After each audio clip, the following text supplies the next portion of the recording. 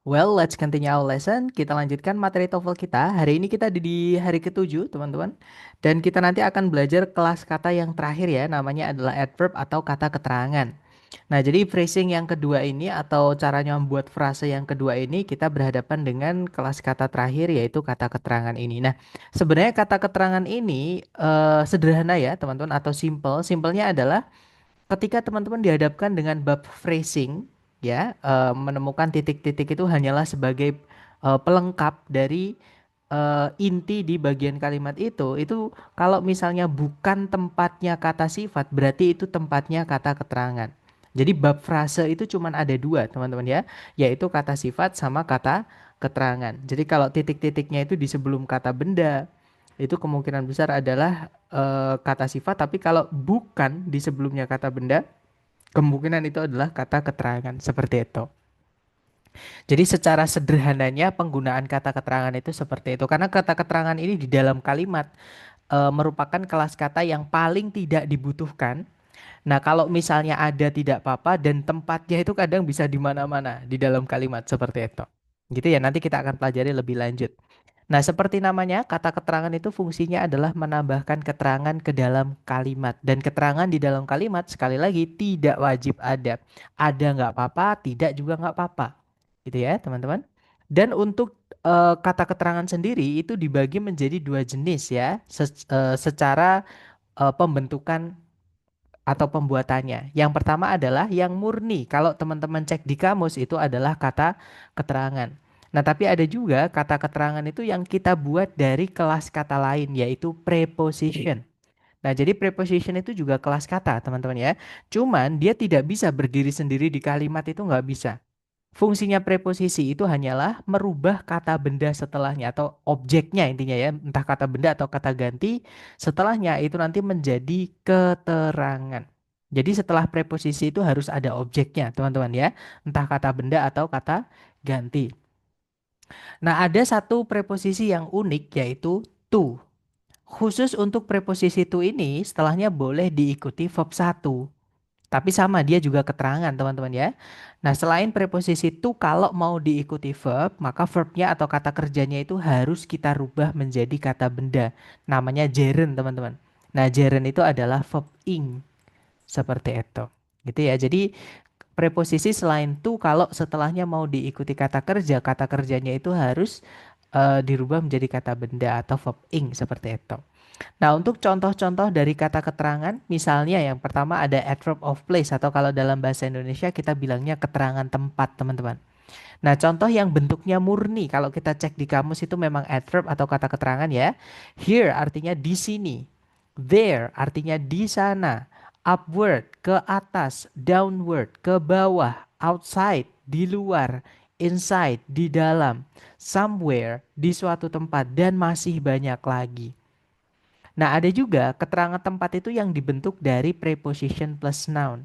Contoh ya, teman-teman, ada at home, di rumah, at school, di sekolah, at the hospital, di rumah sakit, in a room, di dalam sebuah ruangan, near the lake, di dekatnya danau itu, over the hill, di atasnya bukit itu, dan masih banyak lagi. Teman-teman bisa berkreasi dengan preposition-preposition yang ada di catatan teman-teman seperti itu.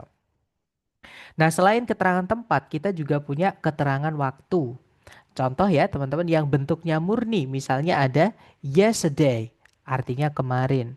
Tomorrow, besok. Now, sekarang. Already, sudah. Dan masih banyak lagi. Nah, ada juga keterangan waktu yang dibentuk dari preposition plus noun. Contohnya adalah at night, di malam hari. In 1907, pada tahun 1907. During World War II, selama Perang Dunia II. Dan masih banyak lagi, teman-teman. Contoh berikutnya ada adverb of manner atau keterangan cara. Nah, yang bentuknya murni, yang kalau kita cek di kamus itu memang keterangan. Nah, itu kalau teman-teman menemukan ada kata sifat yang ditambahi dengan akhiran ly. Contohnya warm itu kan artinya hangat, teman-teman. Nah, itu kata sifat. Tapi ketambahan ly jadi warmly itu menjadi keterangan cara atau adverb of manner. Artinya dengan hangat atau dengan ramah. Gitu ya. Kemudian ada beautifully dengan indah, dengan elok, dengan cantik. Swiftly dengan cepat, dan masih banyak lagi. Kemudian ada juga keterangan cara yang dibentuk dari preposition plus noun, misalnya ya, on foot dengan berjalan kaki, with a knife dengan sebuah pisau, like wind seperti angin, dan masih banyak lagi teman-teman. Kemudian ada juga adverb of probability atau keterangan kemungkinan. Nah, beberapa buku menyebutnya adverb of certainty. Keterangan kepastian sama aja teman-teman, itu hanya nama ya, nggak penting. Yang penting teman-teman tahu itu adverb dan fungsinya sebagai keterangan di dalam kalimat gitu ya. Nah, bentuk yang murni itu contohnya ada kata likely, artinya mungkin. Contohnya lagi ada definitely, pasti. Unlikely, tidak mungkin. Dan masih banyak lagi. Kemudian yang bentuknya preposisi diikuti kata benda, misalnya ada in all likelihood, mungkin, without a doubt, pasti, dan masih banyak lagi. Kemudian ada juga adverb of negation, ya, keterangan negasi atau apa teman-teman. Caranya bilang tidak atau bukan. Nah, yang bentuknya murni kita punya not, ya, itu artinya tidak atau bukan seperti itu. Kalau setelahnya diikuti noun phrase biasanya itu artinya bukan ya. Kemudian ada juga yang bentuknya preposition plus noun, misalnya by no means, artinya juga tidak, teman-teman. Dan masih banyak lagi.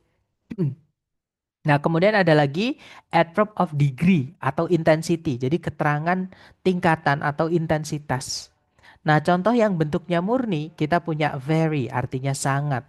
Fairly, artinya agak. More, artinya lebih. Most, nah jadi more yang komparatif itu, kata more-nya itu kelas katanya adalah keterangan teman-teman. Ya sama kayak di superlatif itu ada the most artinya yang paling ya.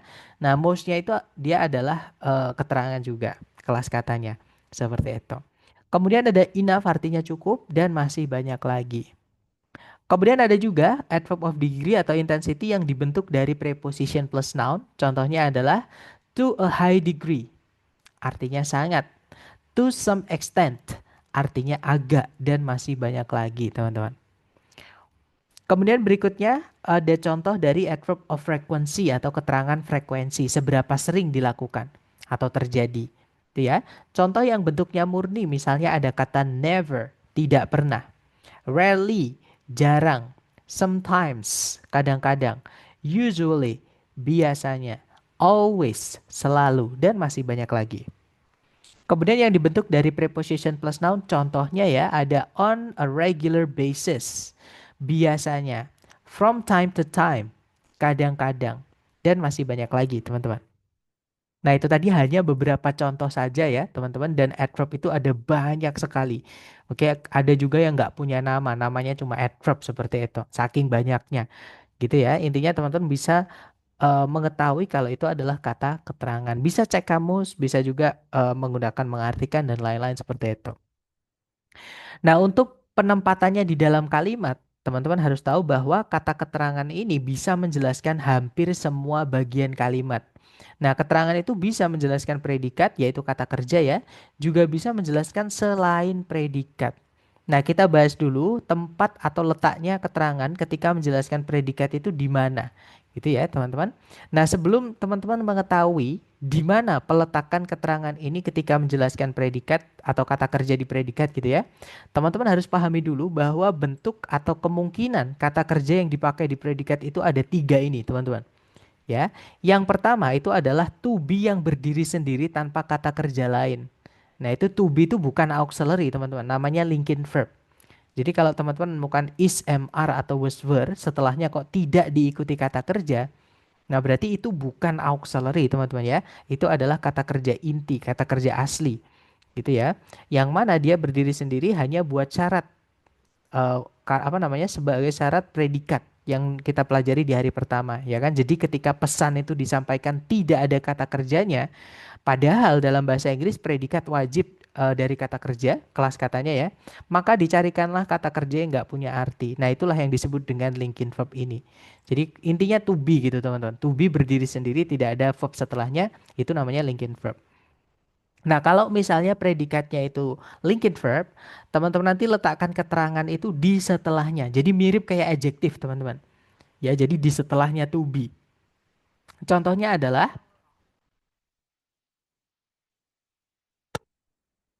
I am here. Nah, di situ ada keterangan tempat here di sini, teman-teman ya kan? Dia diletakkan di setelahnya to be-nya. Oke, jadi kata I sama M-nya ini jangan dipisah dengan apapun, teman-teman. Karena nanti dia bisa disingkat. I am jadinya am di speaking ya, tapi kalau di TOEFL structure nggak boleh ada yang disingkat. Ya, tapi di alasannya di situ. Kenapa kok di tengah-tengahnya I sama M nggak boleh diisi apapun? Karena mereka nanti ketika di speaking bisa disingkat supaya lebih cepat gitu ya, supaya lebih efisien ketika speak English seperti itu. Jadi I am here seperti itu. Nah, kemudian kalau misalnya kata kerjanya itu berupa kata kerja tunggal ya teman-teman. Contohnya ada washes, ada runs, ada belong dan dia punya arti ya. Beda kayak to be kan nggak punya arti teman-teman. Hanya buat syarat aja gitu ya. Nah tapi kalau misalnya kata kerja tunggal itu memiliki arti, maka keterangan itu boleh teman-teman letakkan sebelumnya ataupun di setelahnya. Gitu ya. Syaratnya kalau misalnya setelahnya itu ada objek, maka teman-teman dahulukan objeknya. Seperti itu. Gitu ya, teman-teman. Nah, contohnya adalah I always come on time. Saya selalu tiba tepat waktu. Nah, di situ predikat come itu dijelaskan dengan kata keterangan frekuensi sebelumnya yaitu always dan juga keterangan cara setelahnya yaitu on time. Seperti itu. Itu ya. Jadi boleh sebelumnya, boleh setelahnya.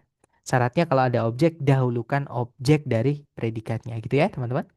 Kemudian kalau misalnya predikatnya itu memang berbentuk auxiliary sama verb yang terpisah, contohnya nih ada would, consider, had been invented seperti itu mirip kayak to be tadi teman-teman. Ya, jadi subjek sama auxiliary yang paling depan atau auxiliary yang pertama jangan ada apapun di tengahnya. Ya, karena ada beberapa auxiliary itu bisa menjadi satu atau lebur dengan subjek di speaking.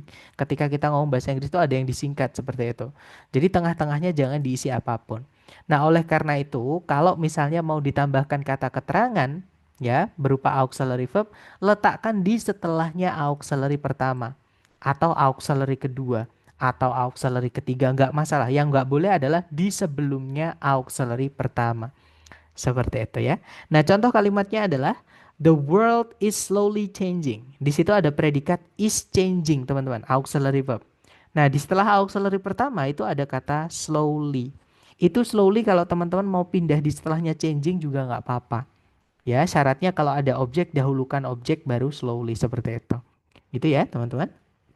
Nah, jadi kalimatnya the world is slowly changing. Yang nggak boleh slowly diletakkan di sebelumnya is gitu ya, ya, secara gramatikal itu kurang tepat. Nanti kalau diartikan dunia ini dengan perlahan berubah seperti itu. Nah, itu adalah penempatan keterangan ketika menjelaskan predikat. Jadi teman-teman harus cek dulu kata kerjanya itu berupa apa. Karena penempatannya nanti beda-beda sesuai kata kerja yang kita pakai, teman-teman. Gitu ya.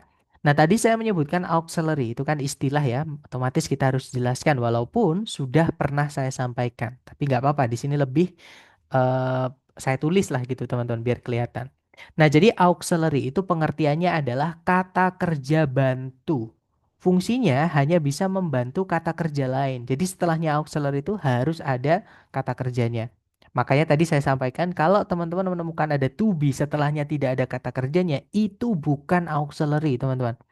Ya, itu adalah kata kerja inti seperti itu. Nah, auxiliary itu ada 4 jenis ya, yaitu yang pertama dari keluarganya do, anggotanya do, does, sama did, yang mana verb setelahnya atau yang dibantu itu haruslah verb satu. Oke. Kemudian yang kedua ada keluarganya to be, teman-teman. Yaitu is, am, are, atau was, were, atau be, been, sama being. Maka verb setelahnya itu kalau nggak verb ing ya, verb 3. Kemudian yang berikutnya keluarganya have itu ada have, has, had. Ini artinya sudah ya, bukan artinya memiliki. Have kalau yang dia auxiliary artinya sudah, teman-teman. Nah, tapi kalau dia yang bukan auxiliary, yang berdiri sendiri, misalnya I have a dream. Nah, itu have-nya artinya memiliki. Itu bukan auxiliary ya, teman-teman. Nah, jadi have di sini artinya sudah, verb setelahnya harus diikuti verb 3. Dan yang terakhir dari keluarganya modal auxiliary. Ini paling banyak, kemudian juga artinya masing-masing ini beda-beda, teman-teman ya. Walaupun ada yang punya kesamaan seperti itu. Contoh nih ada will artinya akan. Ada shall artinya bisa akan, bisa harus. Can ini artinya paling banyak, teman-teman. Bisa boleh, dapat, mampu, bisa, mungkin. Apalagi banyak ya can ini. Kemudian must itu bisa artinya pasti, bisa artinya harus. May artinya mungkin, bisa juga boleh. Might artinya mungkin, should artinya sebaiknya atau seharusnya gitu ya. Could artinya dapat tapi lampau. Would artinya akan tapi tidak dilakukan. Gitu ya, teman-teman. Nah, verb setelahnya haruslah verb satu. Seperti itu. Dan auxiliary ini boleh teman-teman muncul lebih dari satu nggak apa-apa. Ya, tapi ada syarat urutannya. Kalau misalnya teman-teman mau memasukkan auxiliary lebih dari satu, urutannya dari modal dulu. Jadi dahulukan modal, teman-teman. Ya, jadi satu modal, kemudian setelahnya kalau mau diisi auxiliary lagi boleh. Itu dari keluarganya have. Gitu ya. Dan yang terakhir, setelahnya have mau diikuti auxiliary lagi masih boleh dari keluarganya to be. Gitu ya, teman-teman. Dan nanti misal nih sudah ada modal, misalnya sudah ada modal will, teman-teman. Setelahnya mau diikuti dari keluarganya have, maka have ini harus mengikuti aturannya modal. Nah, modal kan harus diikuti verb satu. Maka have itu harus dicarikan verb satunya, yaitu have itu sendiri, teman-teman. Jadi maaf, teman-teman. Will have. Nah, kemudian setelahnya have ini, kalau mau diikuti keluarganya to be ini harus ngikutin aturannya have. Yaitu setelahnya have harus diikuti verb 3. Maka dicarikan bentuk verb 3 dari to be, yaitu been, teman-teman. Gitu ya. Nah, setelahnya been ini kalau mau diikuti auxiliary lagi, itu pilihannya cuma satu. Yaitu dari keluarganya sendiri, yaitu being, teman-teman. Jadi setelahnya been itu kalau mau diikuti auxiliary lagi ya, kalau teman-teman. Jadi nggak harus seperti itu. Yang bisa cuman being, seperti itu. Gitu ya. Jadi sesama keluarga itu sebenarnya nggak boleh ketemu. Misalnya kalau sudah ada modal, nggak boleh ada modal lagi. Misal kita mau bilang kita pasti bisa, nggak bisa kita bilang I must can, we must can itu nggak bisa, gitu ya. Jadi sesama keluarga nggak boleh muncul lebih dari satu, satu saja, kecuali to be. Makanya di situ saya tandai merah, teman-teman. To be kalau setelahnya mau diikuti to be yang lain bisa, yaitu being, to be yang kedua. Seperti itu. Nanti setelahnya boleh verb 3, boleh juga verb ing. Seperti itu. Gitu ya. Nah, itu tadi sekilas untuk auxiliary atau kata kerja bantu, teman-teman. Kita kembali lagi ke materi kita inti hari ini yaitu adverb atau kata keterangan.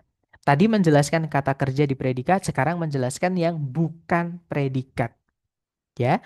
Nah, kata keterangan itu juga bisa menjelaskan kata sifat atau adjektif, teman-teman. Nah, kemarin kan kita sudah belajar ya, kata sifat itu fungsinya menjelaskan kata benda. Nah, kata sifat yang menjelaskan kata benda dan dia nempel di sebelum kata benda itu ada tiga jenis. Bisa determiner, itu yang pertama muncul.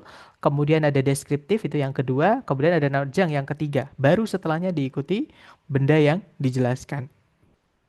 Nah, kata sifat yang sepanjang ini, teman-teman, jenisnya sebanyak ini dan urutannya sudah saya urutkan ini ya. Itu bisa teman-teman sempilin dengan kata keterangan.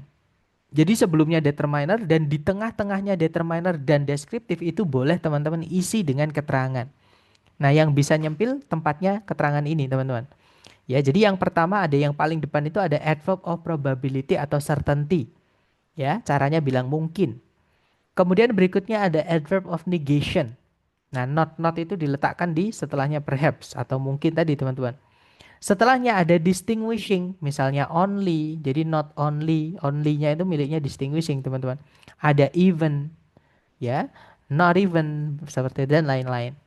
Nah, setelahnya teman-teman pilih salah satu dari determiner nomor satu 2 3. Kan kemarin kita sudah belajar ya untuk determiner artikel, kemudian determiner yang demonstratif, kemudian ada juga posesif, itu hanya bisa pilih salah satu saja untuk menjelaskan satu kata benda. Nah, setelah pilih salah satu, lanjut. Misalnya mau masukkan ordinal nggak apa-apa, setelahnya kardinal nggak apa-apa, setelahnya lagi ada yang lain nggak apa-apa, teman-teman ya. Nah, kemudian sebelum deskriptif, teman-teman masukkan adverb of degree, misalnya most, ya kan makanya ada the most itu, teman-teman. The most beautiful misalnya, the most famous. Nah, itu mostnya itu adverb of degree. Dia nyempil di tengah-tengahnya determiner sama deskriptif. Kemudian setelahnya degree ada juga frekuensi, misalnya ada commonly, usually, always, dan lain-lain. Gitu ya teman-teman. Nah berikutnya diikuti deskriptif atau epithet yang ada 8 kemarin dan ini sudah saya urutkan teman-teman ya. Kemudian nanti ada non adjunct, baru setelahnya kata benda yang dijelaskan. Nah, di sini alasan juga kenapa saya selalu menjelaskan, menyarankan teman-teman, maksud saya, mencari predikatnya dulu.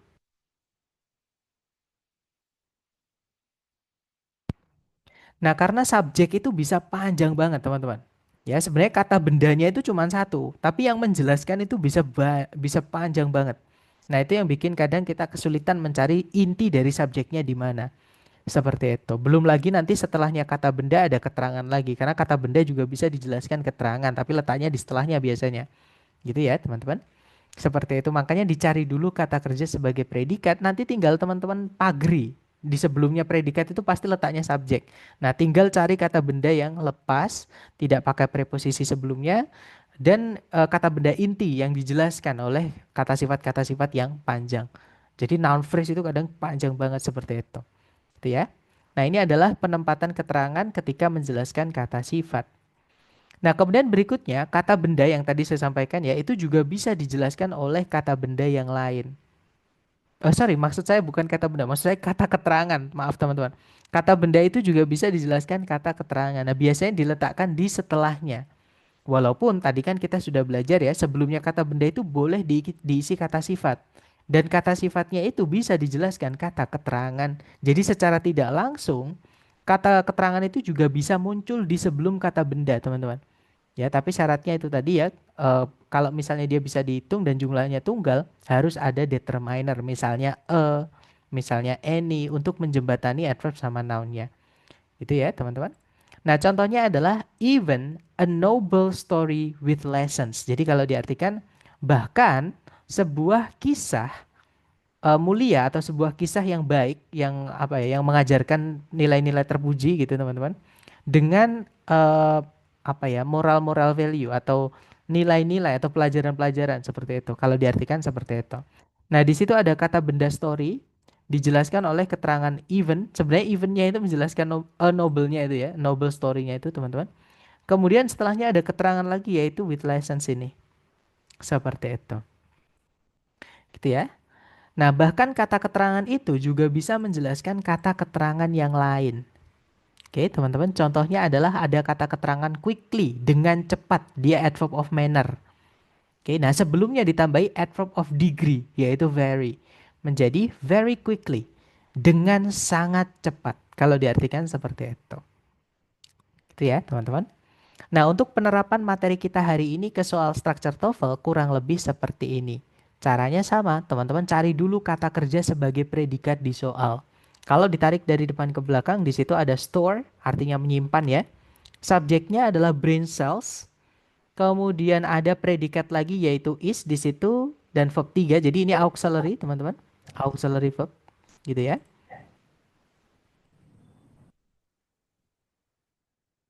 Nah, di situ subjeknya adalah the mechanism.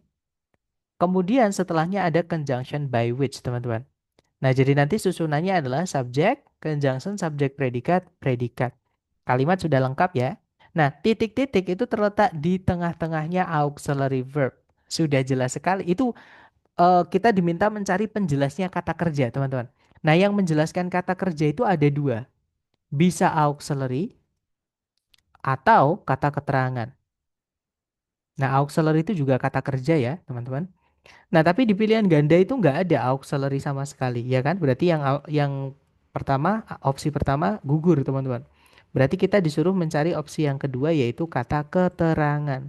Kebetulan di pilihan A, B, C, D kata keterangan cuma satu, yaitu yang Charlie, teman-teman. Jadi jawabannya yang Charlie ya. Yang alpha itu kata ganti atau pronoun. Nggak bisa dimasukkan di sini karena nanti ada auxiliary pronoun verb. Jadi inversi, jadi kalimat tanya nanti. Ya, jadi nggak bisa yang alpha.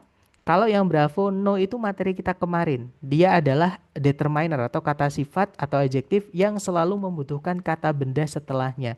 Sedangkan kalau teman-teman cek di setelah titik-titik itu kan nggak ada kata benda sama sekali. Ini keterangan, ini verb 3. Nggak ada kata benda, teman-teman. Jadi tidak bisa dimasukkan yang Bravo. Kalau yang Delta Nor itu keluarganya fanboys, materi kita hari kedua.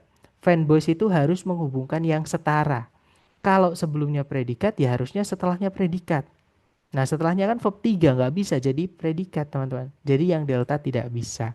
Nah, jadi nanti kalau dibaca, the mechanism by which brain cells store memories is not clearly understood. Jadi mekanisme bagaimana sel-sel otak menyimpan ingatan tidaklah dipahami secara jelas. Jadi is not itu bisa disingkat menjadi isn't.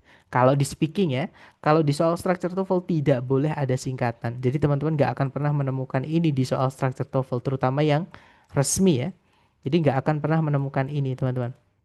Oke, karena itu singkatan dari is not seperti itu. Nah, itu tadi adalah contoh pertama. Contoh kedua, caranya juga sama. Teman-teman cari dulu kata kerja sebagai predikat di soal. Di situ ada are, subjeknya amobas ya, teman-teman. Kemudian tidak ada predikat lagi, juga tidak ada conjunction yang menghubungkan dua SP. Berarti kalimat sudah lengkap. Titik-titik terletak di setelahnya to be, nggak ada kata kerja, berarti to be ini berdiri sendiri, teman-teman ya, namanya linking verb.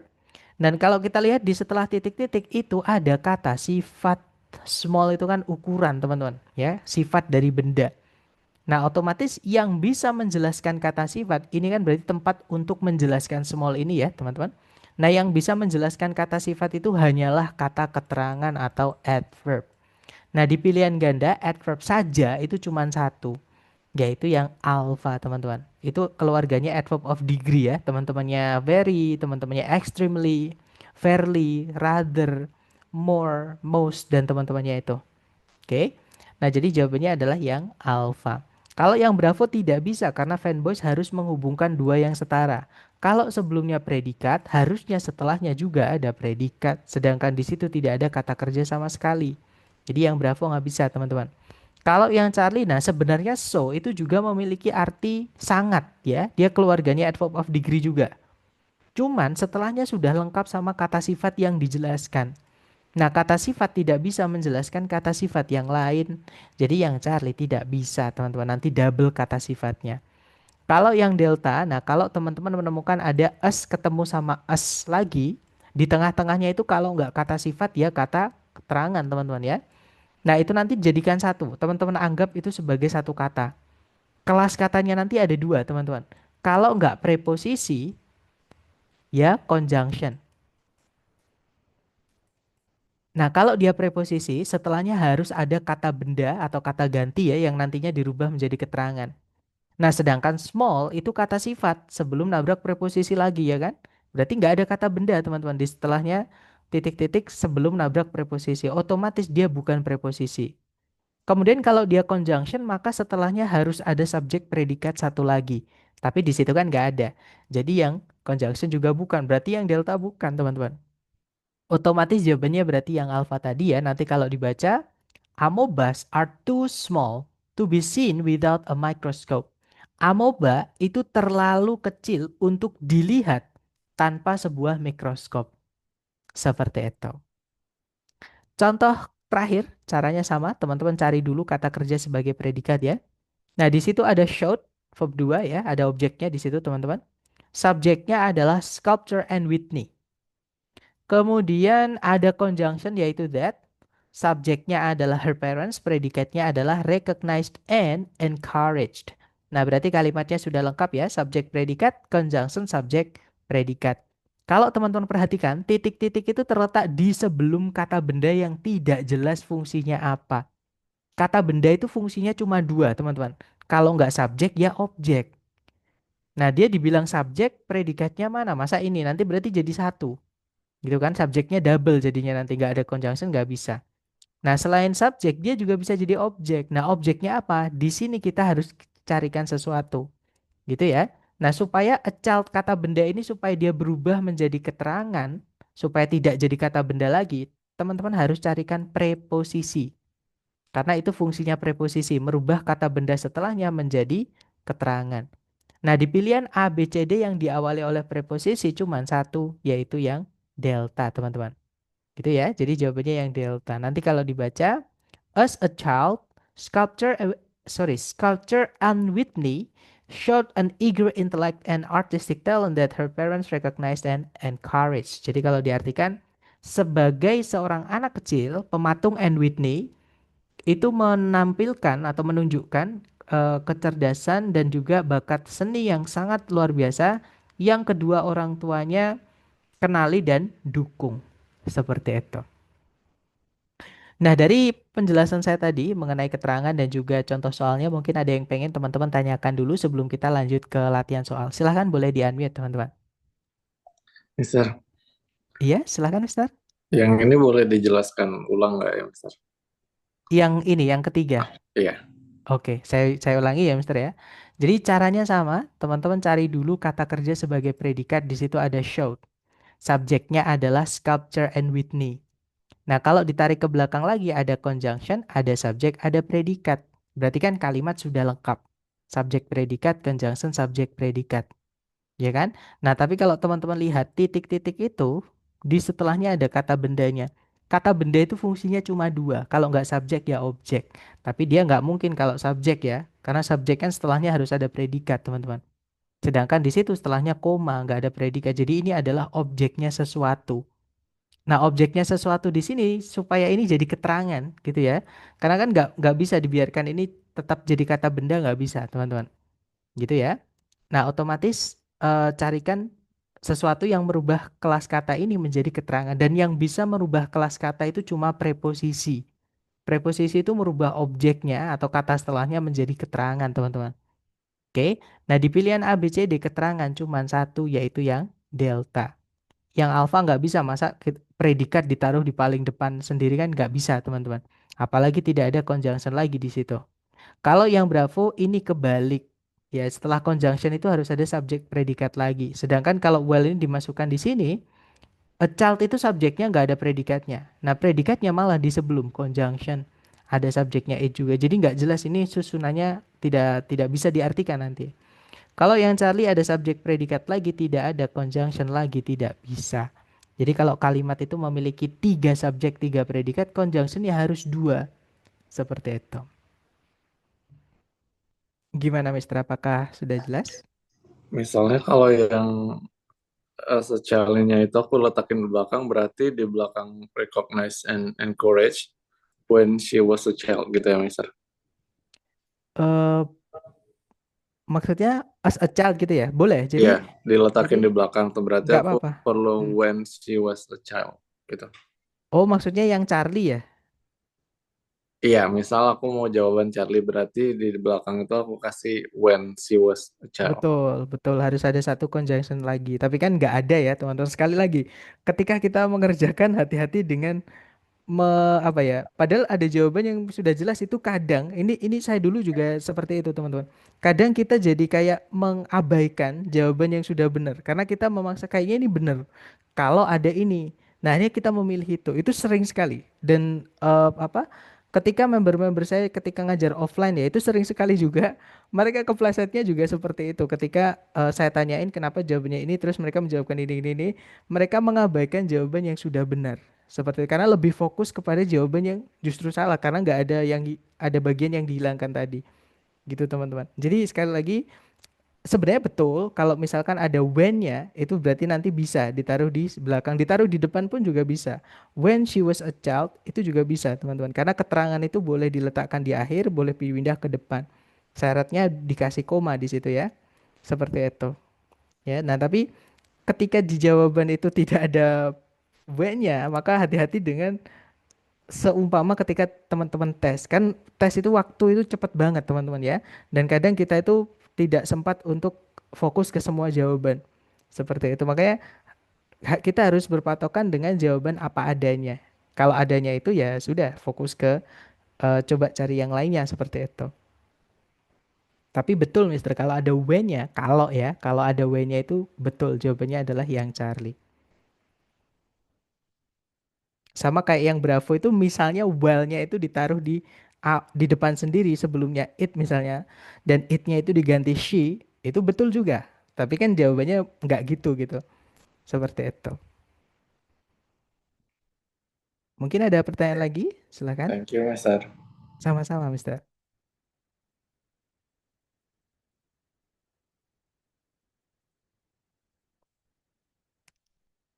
Sepertinya tidak ada ya. Ini namanya distraktor, teman-teman. Nah, kalau misalnya si pembuat soal bisa mengecoh teman-teman, berarti distraktornya kuat banget gitu. Oke, kita lanjut lagi ya ke soal latihan. Seperti biasa, teman-teman jangan takut salah. Untuk mic-nya saya mute dulu. Sebentar. Oke, silakan dicoba dulu waktunya 30 detik. Dimulai dari sekarang. Silakan, teman-teman.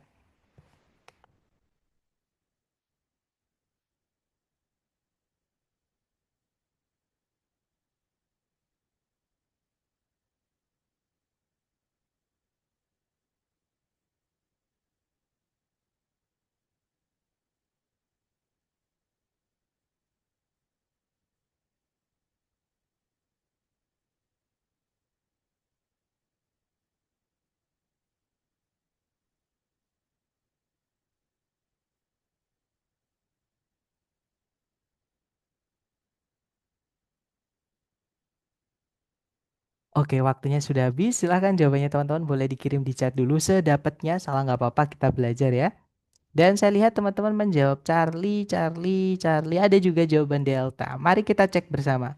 Seperti biasa dicari predikatnya dulu. Di situ ada will play ya.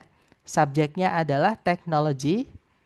Kemudian tidak ada predikat lagi, juga tidak ada conjunction yang menghubungkan dua SP. Berarti kalimat ini sudah lengkap. Titik-titik terletak di setelahnya preposisi di sebelum kata sorry ya di sebelum kata benda objeknya preposisi ya. Nah ini kemungkinan diisi oleh kata sifat teman-teman. Masalahnya adalah di pilihan A, B, C, D itu nggak ada kata sifat. Ya adanya adalah turunan dari kata kerja shape artinya membentuk. Nah kata kerja itu kalau mau dijatuhkan di setelahnya preposisi harus dirubah menjadi kata benda. Jadi yang awalnya verb dirubah jadi noun. Nah, cara merubahnya gimana? Itu namanya gerund, teman-teman. Jadi diingkan, dibentuk menjadi verb ing, gitu ya. Nah, jadinya shaping seperti itu. Supaya dia nanti menjadi gerund phrase atau objeknya preposition. Jadi prepositional phrase nanti kalau jadi satu. Jadinya nanti jawabannya ya ada yang benar adalah yang Charlie ya. Nanti kalau dibaca, technology will play a role in shaping future lifestyle. Jadi kalau diartikan, teknologi akan memainkan sebuah peran dalam membentuk gaya hidup di kemudian hari atau di masa depan. Nah, kita cek satu-satu. Yang alpha itu salahnya, preposisi in ini belum ketemu objeknya, tiba-tiba nabrak preposisi lagi, teman-teman. Jadi yang alpha nggak bisa ya. Nanti in-nya ini nggak lengkap, jadi harus ditambahi sesuatu dulu. Kalau yang Bravo ada subjek predikat lagi tanpa conjunction tidak bisa. Kalau yang Delta, nah the shape itu sebenarnya kata benda ya. Jatuh setelah preposisi nggak apa-apa teman-teman. Masalahnya adalah setelah titik-titik ada kata benda lagi. Kata benda nggak bisa punya objek teman-teman. Gitu ya. Jadi otomatis yang Delta tidak bisa. Kecuali kalau di situ ada of-nya. In the shape of future lifestyles itu malah bisa. Ya, tapi sekali lagi, teman-teman tidak boleh berimajinasi yang tidak ada. Jadi fokus dengan yang diberikan. Seperti itu. Gitu ya. Jadi yang benar adalah yang Charlie. Seperti itu, teman-teman. Oke, lanjut lagi ke nomor berikutnya. Dicoba lagi, jangan takut salah. Waktunya 30 detik dimulai dari sekarang. Silahkan, teman-teman.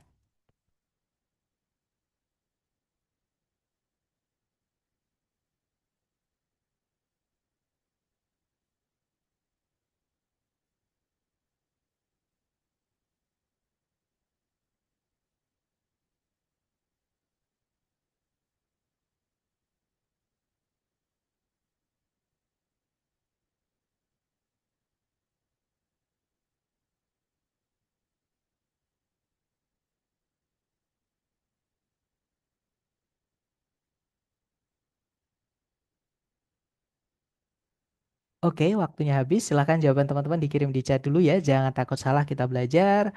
Salah itu wajar, bagian dari proses. Dan saya lihat ada jawaban Bravo, ada juga Charlie, ada juga Alpha. Oke, kita cek bareng teman-teman. Seperti biasa dicari dulu kata kerja sebagai predikat ya di soal. Kalau ditarik dari depan ke belakang, di situ ada verb satu yaitu full, ada objeknya ya. Artinya adalah membodohi atau mengecoh gitu teman-teman. Subjeknya adalah a few animals. Gitu ya. Kemudian tidak ada predikat lagi, juga tidak ada conjunction yang menghubungkan dua SP, berarti kalimat ini sudah lengkap. Nggak ada masalah dengan bab pertama sampai bab kelima. Sentencing nggak ada masalah, teman-teman. Masalahnya adalah di phrasing ya. Titik-titik terletak di setelahnya objek. Oke, objeknya kan their enemies, objek dari full. Jadi subjek, predikat, objek, keterangan. Otomatis ini tempatnya keterangan. Cari A, B, C, D yang keterangan, teman-teman. Yang alpha, appear itu verb satu, dia kata kerja ya. Dia predikat, nanti predikatnya double, tidak bisa. Pemborosan predikat, nggak ada conjunction, nggak bisa. Kalau yang bravo, appearance itu kata benda. Kalau teman-teman menemukan ada kata yang akhirannya ance-ance, 90% dia kata benda, teman-teman. Nah, di sini sudah ada kata benda jamak ya, nggak boleh punya objek. Jadi yang bravo tidak bisa. Oke, yang boleh punya objek itu cuma dua kelas kata. Yang pertama adalah kata kerja atau verb, itu pun yang butuh objek atau transitif istilahnya. Jadi transitive verb saja, teman-teman. Atau preposition. Ya, selain dua ini tidak boleh ada yang punya objek seperti itu. Gitu ya. Jadi yang bravo tidak bisa karena kata benda itu, teman-teman. Kalau yang Charlie, nah di situ ada preposisi diikuti verb ing. Ini ya ini gerund ya, verb ing yang dia tidak butuh appearing itu tidak butuh objek, teman-teman. Makanya di setelahnya diikuti keterangan lagi. Jadi nggak ada masalah. Yang Charlie kita tahan dulu. Kalau yang delta ada conjunction, padahal setelahnya tidak ada predikat lagi. Jadi yang delta tidak bisa, teman-teman. Jadi jawabannya yang Charlie ya. Nanti kalau dibaca, a few animals sometimes fool their enemies by appearing to be dead. Jadi beberapa jenis binatang itu terkadang memperdaya lawan-lawannya atau musuh-musuhnya dengan cara eh, apa appearing itu nampak gitu, teman-teman. Jadi dengan cara nampak atau pura-pura mati lah kalau diartikan playing dead gitu, teman-teman. Jadi by appearing to be dead. Jadi kayak seolah-olah mati padahal dia masih hidup seperti itu. Oke, kita lanjut lagi ke nomor berikutnya ya. Silahkan dicoba dulu 30 detik dimulai dari sekarang. Silahkan teman-teman.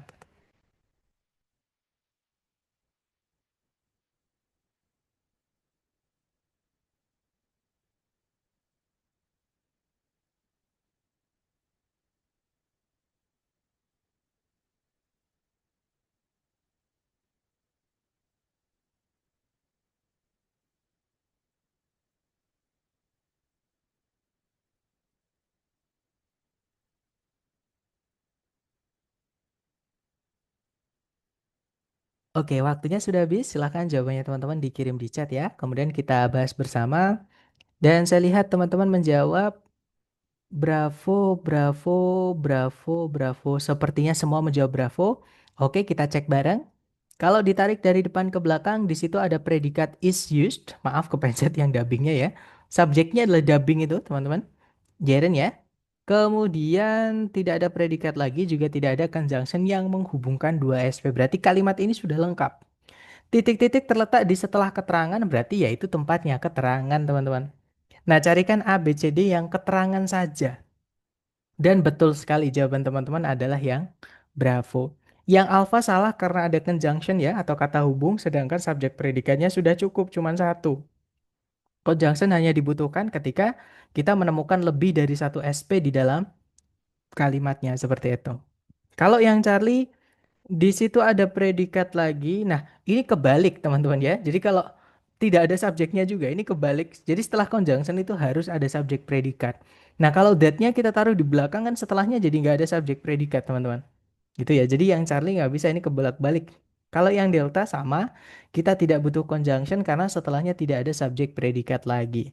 Nah, jadi jawabannya yang Bravo nanti kalau dibaca, dubbing is used in filmmaking to add a new soundtrack to a motion picture. Jadi kalau diartikan, dubbing atau mengisi suara itu ya, teman-teman, digunakan dalam pembuatan film untuk menambahkan sebuah track suara baru ke sebuah gambar bergerak seperti itu atau film animasi lah seperti itu, teman-teman. Oke, lanjut lagi ke nomor berikutnya. Silahkan dicoba dulu 30 detik dimulai dari sekarang. Silahkan teman-teman.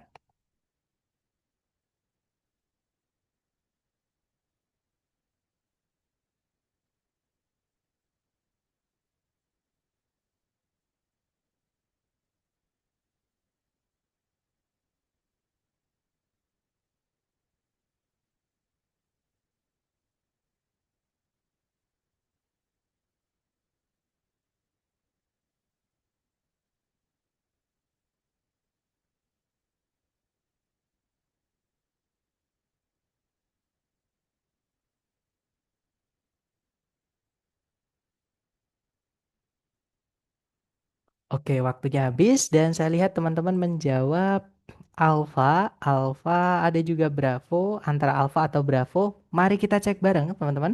Seperti biasa dicari dulu kata kerja sebagai predikat di soal ya. Kalau ditarik dari depan ke belakang, nah sebentar teman-teman. Nah, di situ ada predikat estimated, subjeknya adalah the universe itu ya.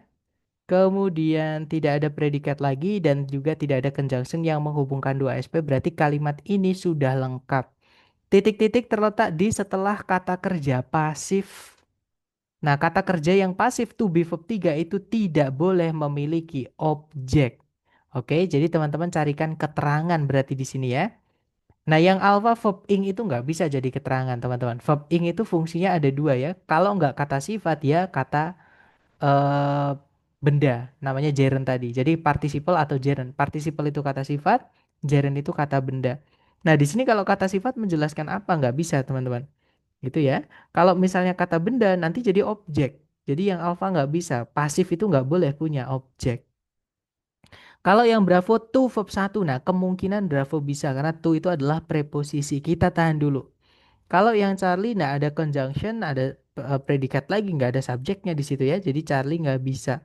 Kalau yang Delta, nah predikatnya nanti double, nggak ada conjunction, tidak bisa. Jawabannya adalah yang Bravo ya. Nanti kalau dibaca, the universe is estimated to be between 10 billion and 20 billion years old. Jadi kalau diartikan kurang lebih alam semesta diperkirakan berumur gitu ya antara 10 miliar dan 20 miliar tahun tuanya. Jadi umurnya maksudnya seperti itu. Oke, lanjut lagi ke nomor berikutnya teman-teman. Terakhir ya nomor 8. Dicoba dulu 30 detik dimulai dari sekarang. Silahkan teman-teman.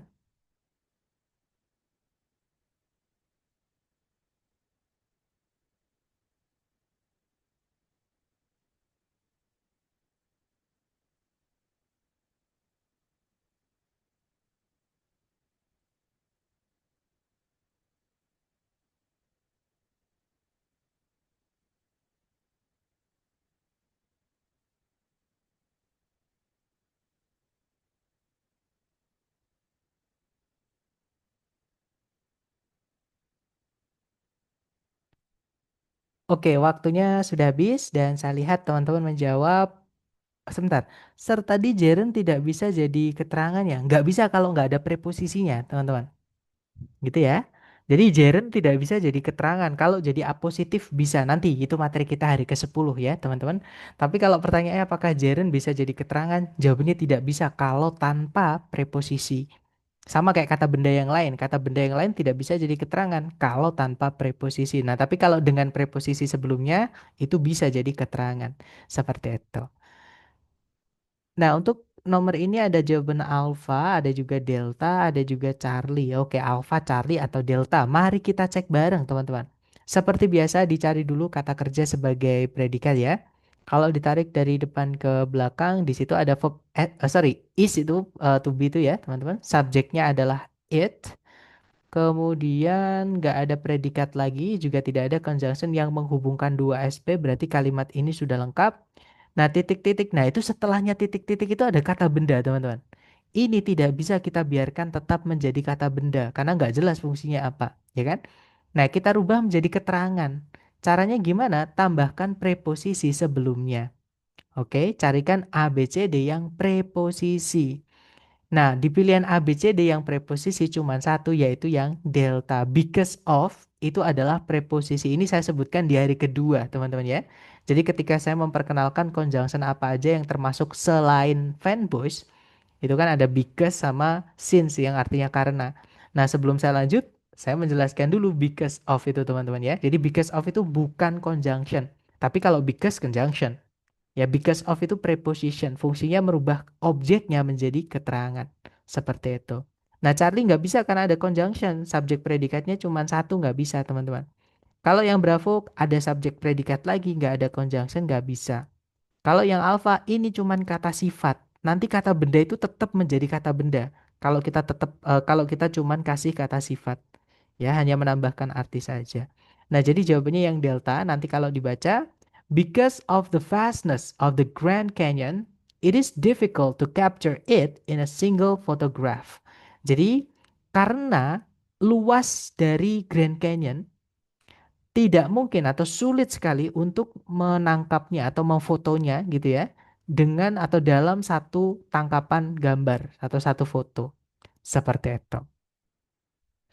Nah, itu tadi adalah penjelasan singkat mengenai kata keterangan dan juga latihan-latihannya ya. Kalau teman-teman ada pertanyaan boleh di-unmute tapi nanti saya respon setelah saya selesai mengabsen teman-teman. Jadi sambil saya absen kalau mau ditanyakan dulu silahkan.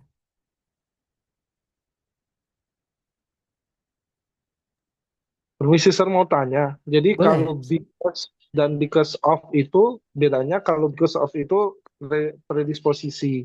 Betul? Jadi kalau because itu sebagai conjunction. Betul, Mister.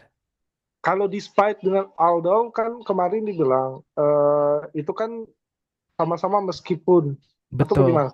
Betul, Nah, betul. Jadi kalau gini, despite itu sebelum despite predikat subjek, kalau although subjek predikat itu gimana, Sir? jadi gini teman-teman. Eh, contohnya yang tadi saya sampaikan ya. Jadi gini, memang preposisi dan conjunction itu banyak sekali yang memiliki kesamaan arti. Oke, contohnya yang tadi because sama because of. Oke, nah because sama because of itu artinya sama-sama karena, tapi kelas katanya beda, gitu ya. Sebentar, saya tulis dulu. Nah, jadi because itu kelas katanya adalah conjunction. Nah, teman-teman masih ingat conjunction itu setelahnya harus ada apa? Subjek predikat. Betul sekali. Jadi conjunction itu setelahnya harus diikuti subjek, kemudian predikat. Betul sekali, Mister. Nah, kalau because of itu preposisi yang hari ini kita bahas tadi. Nah, preposisi itu setelahnya harus ada apa? Kata benda. Kata benda atau kata gantiinnya sebagai objek dari preposisi itu, gitu ya, yang nantinya akan menjadi keterangan, yang dirubah menjadi keterangan. Jadi setelahnya because of atau preposisi itu pokoknya apapun ya, preposisi itu aturannya sama, teman-teman. Jadi preposisi itu setelahnya kalau nggak kata benda ya, kata ganti. Ini pronoun bukan preposition ya, teman-teman. Pronoun gitu, biar jelas seperti itu. Kalau yang atas itu P-nya adalah predikat. Seperti itu. Jadi kalau misalnya conjunction, setelahnya subjek predikat. Kalau because of, itu setelahnya kan dia preposisi ya. Maka setelahnya kalau nggak kata benda ya kata ganti. Nanti yang dirubah jadi keterangan. Seperti itu. Nah sekarang tadi pertanyaannya adalah, kemarin gimana sih Sir? Although sama despite itu bagaimana? Nah, although itu kelas katanya apa? Ada yang tahu? Teman-teman boleh bantu atau boleh buka kamus dulu juga nggak apa-apa. Although Conjunction. conjunction. Bet- Conjunction. Betul sekali. Nah, berarti setelahnya Aldo harus ada apa? Conjunction itu tadi harus ada apa setelahnya? Subjek dan Subjek predikat. predikat. Nah, seperti itu, Mister. Nah, jadi sekarang kalau misalkan despite, walaupun artinya sama-sama meskipun, tapi kelas katanya adalah preposition. Berarti setelahnya harus diikuti apa? Noun atau pronoun. Noun. Noun Betul dan sekali, pronoun. Mas. Jadi kalau Oh, nggak noun ya, pronoun. Seperti itu. Jadi gampangnya bahasa Inggris itu adalah ketika sudah di kelas katakan. Kenapa? Kan kata dalam bahasa Inggris itu banyak banget, teman-teman. Ya, kata benda, kata kerja itu banyak banget. Misalnya kata benda itu kursi, rumah, kulkas, kucing, apalagi lah banyak. Kalau kita sebutkan di seluruh dunia ini kemanapun kita belajar, kita berjalan ke kanan kiri kita menengok, semuanya ada kata benda, teman-teman. Itu semuanya benda ya. Dan semua benda itu pasti melakukan sesuatu. Itu kata kerja. Semua kata benda memiliki karakteristik. Itu kata sifat. Dan seperti jadi semua kata dalam bahasa Inggris itu dikategori-kategorikan ke dalam 8 kelas kata. Nah, 8 kelas kata itu sebenarnya untuk memudahkan kita menggunakannya di dalam kalimat. Jadi kalau teman-teman sudah tahu misalnya dicek di kamus, oh despite itu dia adalah preposisi. Ya udah, pemakaiannya sama kayak preposisi yang lain.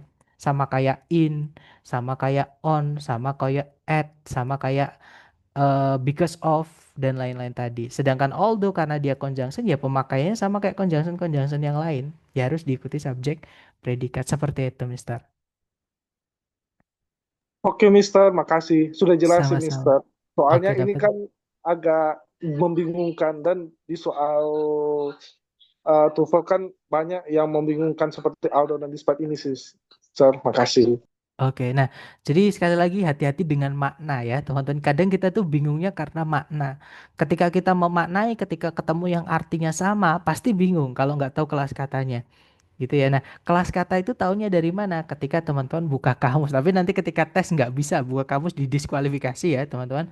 Jadi saran saya ketika mumpung teman-teman masih bisa memperkaya vocab, teman-teman masih bisa menggali, teman-teman bisa mempertajam pemahaman dan juga latihan, itu mohon dihajar latihannya sebanyak-banyaknya. Sampai teman-teman nanti koleksi vocab itu kayak nggak ada yang baru lagi gitu. Jadi ketika ngerjain soal-soal dari manapun kayaknya nggak ada vocab baru lagi nih conjunction misalnya ya. Berarti conjunction udah tuntas, udah lunas teman-teman di bagian structure gitu ya. Kemudian lanjut nanti di bab 3 kata kerja misalnya. Kata kerja sering teman-teman latihan kan kalau kata kerja formal itu yang dipakai ya itu aja pasti teman-teman. Gitu ya. Contoh nih, teman-teman pasti jarang sekali bahkan mungkin tidak akan pernah ya, mungkin tidak akan pernah menemukan kata ini. Jadi happen, walaupun gimana ya teman-teman, dia juga kalau saya cek di kamus juga nggak terlalu informal, tapi di akademik atau di bahasa yang akademik kan kalau TOEFL itu bahasanya formal akademik teman-teman. Untuk bilang terjadi itu pakainya bukan happen tapi occur. Nah ini yang saya maksud. Jadi enaknya TOEFL itu tidak semua kata kerja yang di dalam bahasa Inggris itu keluar. Cuman nggak enaknya adalah yang keluar itu jarang kita dengar di sehari-hari. Karena bahasa itu adalah, bahasa TOEFL itu adalah bahasa formal atau akademik. Jadi bahasa buku lah kasarannya seperti itu, teman-teman. Gitu ya. Nah itu mohon sekali untuk memperkaya vocabnya supaya teman-teman ini bisa mempraktekkan strategi yang kita pelajari di kelas ini syaratnya adalah vocab. Makanya di hari pertama dulu waktu saya perkenalan, yang paling penting buat teman-teman adalah vocab. Dan caranya vocab itu belajar bukan hafalan, tapi teman-teman latihan. Ketika menemukan yang baru misalnya, oh because of ini bedanya apa ya? Ketika sudah tahu bedanya, teman-teman tulis. Because ternyata dia conjunction. Nah, because of ternyata preposition, artinya sama-sama karena misalnya. Nah, di bawahnya nanti teman-teman silahkan berkreasi dengan contohnya. Boleh buka kamus, mencontek yang di kamus nggak apa-apa. Atau teman-teman berkreasi sendiri juga nggak apa-apa. Itu malah lebih bagus seperti itu, teman-teman. Gitu ya. Nah, nanti untuk mengkonfirmasi apakah benar atau salahnya, misalnya teman-teman pengen coba, apakah kalimat saya sudah benar, Sir? Itu boleh dijapri, boleh konsultasi. Dan saya sangat open ya, kalau teman-teman ingin eh apa japri atau tanya-tanya nggak apa-apa, jangan sungkan-sungkan teman-teman. Gimana? Ada pertanyaan lagi mengenai adverb ini? Silahkan, Mister, silahkan, Mister Lian. Mister, aku mau nagih yang have verb 3 have been itu yang dulu aku tanyain. Oke, nah dulu gimana, Sir, pertanyaannya? Karena saya Aku takutnya lupa. ya aku bingung gimana cara menggunakan have verb 3 sama have been atau itulah Mister had been gitu-gitu tuh. Nah, tadi sebenarnya sudah saya jelaskan, Mister. Jadi gini, Hmm. auxiliary itu boleh muncul lebih dari satu. Nah, Secara maksudnya gini Mister, secara meaning. eh, jadi gini, kan sebentar ini saya jelaskan dulu ya. Hmm. Modal apa auxiliary itu boleh muncul lebih dari satu teman-teman ya. Misalnya kalau muncul lebih dari satu urutannya modal dulu, kemudian yang kedua adalah have, ketiga adalah be gitu ya. Nah misalnya teman-teman mau memasukkan have, setelahnya ada to be, maka to be yang di kedua itu harus mengikuti aturan have tadi yang harus diikuti verb 3, maka carikan verb 3 dari to be yaitu been. Seperti itu. Gitu ya, misalnya I have been studying. Jadi itu saya masih, jadi sudah sedang. Jadi be kan artinya sedang kalau ditambahi verb ing, teman-teman. Nah, sudah sedang itu artinya masih. Contohnya gini, saya sudah belajar bahasa Inggris selama 10 tahun. Nah, berarti saya masih belajar ketika saya bilang saya sudah belajar bahasa Inggris selama 10 tahun itu maksudnya saya masih mempelajarinya. Seperti itu. Nah, beda dengan ketika saya bilang saya sudah belajar atau saya sudah pernah belajar bahasa Inggris. Berarti sekarang sudah tidak belajar lagi. Nah, itu nggak pakai verb ing, nggak pakai be verb ing ya. Itu pakainya adalah have verb 3. Jadi, misalkan kita memasukkan be verb ing itu caranya kita bilang sedang, Mister. Nah, Mister kan misalkan tanya kapan kita pakai have been verb ing ataupun have verb 3 saja. Itu kalau di tenses namanya adalah present perfect. Present perfect itu fakta yang sudah terjadi, yang sudah tidak kita lakukan lagi. Contoh kalau saya bilang saya merasa kenyang. Nah, berarti secara tidak langsung saya bilang I have eaten. Saya sudah makan atau saya selesai makan. Berarti saya nggak makan lagi. Nah, itu I have eaten. Nah, tapi kalau misalnya saya sudah makan nih, udah lama banget saya makan tapi masih makan sekarang. Nah, terus saya ngomong, atau ada teman saya nelpon nih, ayo buruan berangkat. Nah, terus saya bilang, bentar saya lagi makan nih. Terus teman saya bilangnya, kamu sudah makan sejak jam 7 tadi gitu. Jadi kayak belum selesai sampai sekarang masih dilakukan. Jadi sudah tapi masih dilakukan itu have been verb ing. Biasanya ada durasinya, Mister. Contohnya, atau kalau nggak gitu waktu mulai. Tadi kan teman saya bilangnya, kamu sudah makan sejak jam 7 pagi. Nah, sejak itu waktu mulainya. Nah, sampai sekarang masih dilakukan, itu pakainya have been verb ing. Nah, tapi kalau sekarang sudah nggak dilakukan lagi, sudah selesai, eh misalnya saya ngajak teman saya makan, ayo makan gitu loh. Kamu tadi kan udah makan gitu. Nah, kita bilangnya you have eaten, right? Gitu. Jadi you have eaten, haven't you? Misalnya seperti itu, atau right juga boleh artinya kan. Jadi fokus di have eaten-nya. Seperti itu, Mister. Jadi kapan kita pakai be verb ing? Ketika kita pengen bilang sedang, sekarang masih dilakukan. Gitu ya. Kapan kita pakai have verb 3 yang nggak pakai be verb ing, berarti itu yang sudah tidak kita lakukan lagi. I have taken a shower. Berarti saya sudah mandi. Berarti sekarang udah selesai. Tapi kalau saya bilangnya I have been taking a shower, berarti sekarang masih dilakukan. Sekarang masih mandi ketika ngomong itu. Seperti itu, Mister. Kalau had been, Mister. Nah, kalau had been verb ing itu sudah tapi jadi gini teman-teman. Itu namanya tenses ya.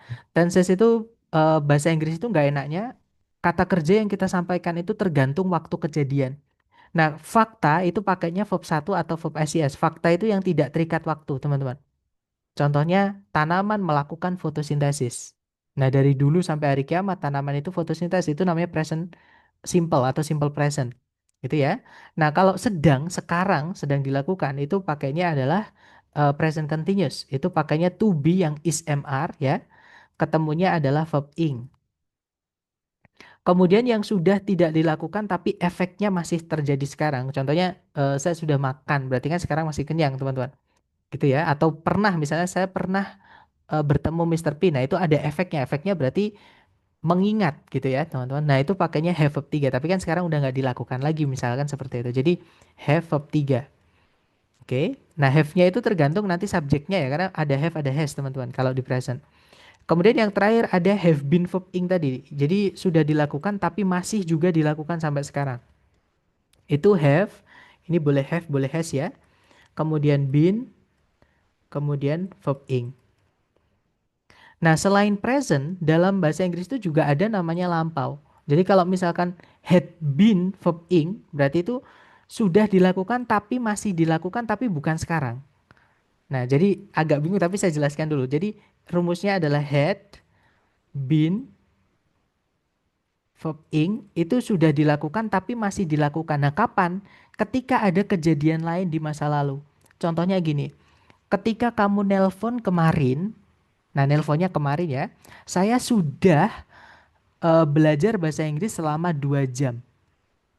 Seperti itu. Nah, jadi saya sudah belajar bahasa Inggris selama 2 jam ketika kamu nelpon kemarin. Nah, itu adalah ini. Jadi pakainya had been verb ing, teman-teman. Atau kalau di TOEFL misalnya ya, teman-teman. Contoh aja ini saya contoh aja ya. Jadi katakanlah Albert Einstein telah melakukan penelitian dengan cacing tanah ketika dia menulis buku keduanya di tahun berapa. Nah, itu pakainya ketika kita mau bilang Albert Einstein telah melakukan penelitiannya selama 2 tahun ketika, nah itu pakainya adalah had been verb ing, Mister. Karena ada lampau tadi. Sekarang nggak ada hubungannya sama sekarang. Ya, tapi fokusnya di masa lalu tadi. Jadi bahasa Inggris itu ada present atau fakta, ada lampau tadi. Nah, kalau kita mau bilang sedangnya lampau, itu pakainya was. Jadi were ini ketemu sama verb ing. Contoh nih, kemarin pas kamu nelpon saya sedang mandi. Nah, sedangnya kan kemarin, teman-teman. Pas teman kita lagi nelpon. Ya kan? Pas kamu nelpon kemarin saya sedang mandi. I was taking a shower when you atau pakai while juga boleh. Jadi while you were calling yesterday. Seperti itu. Atau kalau pakai when ya, when you called yesterday. Seperti itu. Jadi lampau. Sedangnya itu bukan sekarang tapi lampau. Seperti itu. Gimana Mister? Maksudnya gitu bukan pertanyaannya. Jadi kalau had itu dipakainya adalah di lampau. Sudah di lampau. Seperti itu. Aku coba buat kalimat ya, Mister. Boleh. Kalau misalnya berarti kayak I have done my dinner while I had been showering yesterday. Nggak boleh pakai have berarti. Tadi kan Mister bilang I have done my dinner. Nah, have itu nggak ada hubungannya dengan lampau, teman-teman. Jadi kalau have ya sekarang gitu. I was. Oke, kalau mau pakai was berarti I was finished. Ini kata Ya, sifat ya, misalnya. I was finished with my dinner. Kemudian tadi gimana lanjutannya, Mister? ketika dia sedang mandi. I was finished. Itu boleh juga. Jadi when ketika dia kalau ketika dia sedang atau di tengah-tengah pakainya well. Well, she misalnya pakai he aja ya teman-teman, kayaknya kurang sopan kalau pakai she. Jadi well he was taking a shower atau misalnya seperti ini. Nah ini nggak apa-apa, boleh, tapi nggak ada head di sini ya. Nah kalau pakai head misalnya nih yang sederhana aja pakai head itu teman-teman. Saya sudah saya sudah mengantar paketmu jam 7 kemarin. Nah contohnya ya, I had uh, berarti send gitu ya, atau apa kalau mengirimkan itu shipped. I had shipped your package at atau pakainya biasanya before teman-teman. Jadi before 8 p.m. yesterday misalnya. Nah, jadi saya sudah mengirimkan paketmu sebelum jam 8 kemarin. Jadi ketika jam 8 yang ngomong ini sudah tidak lagi mengirimkan paketnya karena sudah selesai dilakukan. Tapi kan kemarin nggak ada hubungannya sama sekarang, teman-teman. Itu disebutnya pas atau lampau seperti itu.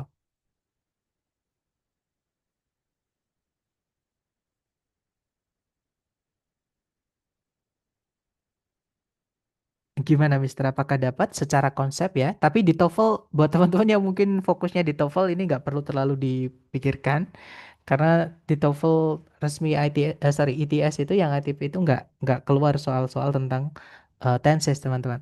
Yang perlu teman-teman bisa bedakan hanyalah penggunaan present sama past saja karena itu kadang keluar di error analysis. Kalau yang kayak continuous, perfect, perfect continuous itu abaikan aja, nggak perlu terlalu dipikirkan.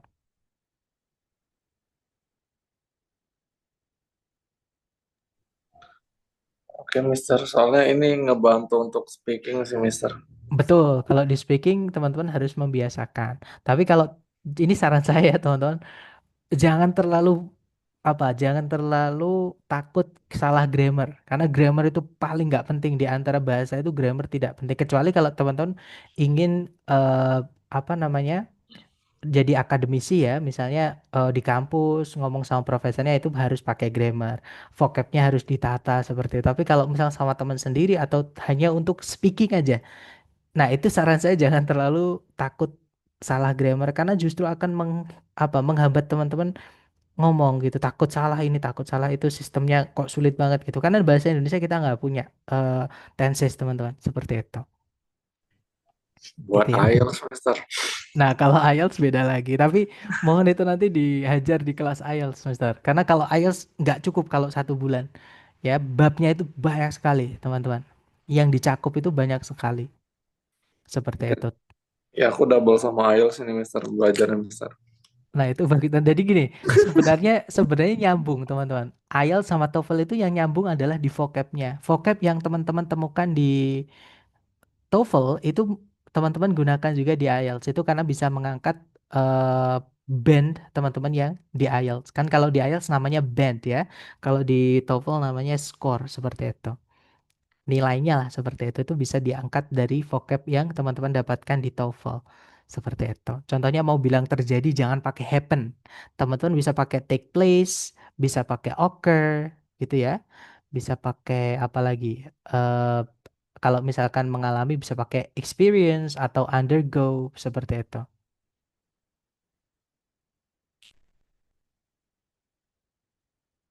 Mungkin ada pertanyaan lagi, silakan. Thank you, Mister. Ya, welcome. Sepertinya tidak ada ya. Atau nanti ketika teman-teman mereview dan mohon nanti direview teman-teman dari rekaman kelas. Catat apapun yang sudah teman-teman pahami. Kalau belum dipahami mohon ditanyakan dulu. Ketika sudah dipahami langsung dilanjutkan mencatatnya ya. Kemudian nanti sambil latihan, sambil melihat catatan teman-teman itu akan lebih mudah menancapkan atau gimana ya ngomongnya. Memperkuat pemahaman teman-teman ke materi kita hari ini. Seperti itu. Oke, sekali lagi terima kasih atas kehadiran teman-teman dan juga partisipasi aktifnya. Semoga yang kita pelajari hari ini bermanfaat. And I'll see you again next time. Insya Allah, adalah saya say. Assalamualaikum warahmatullahi wabarakatuh. And have a good night guys. See you next time.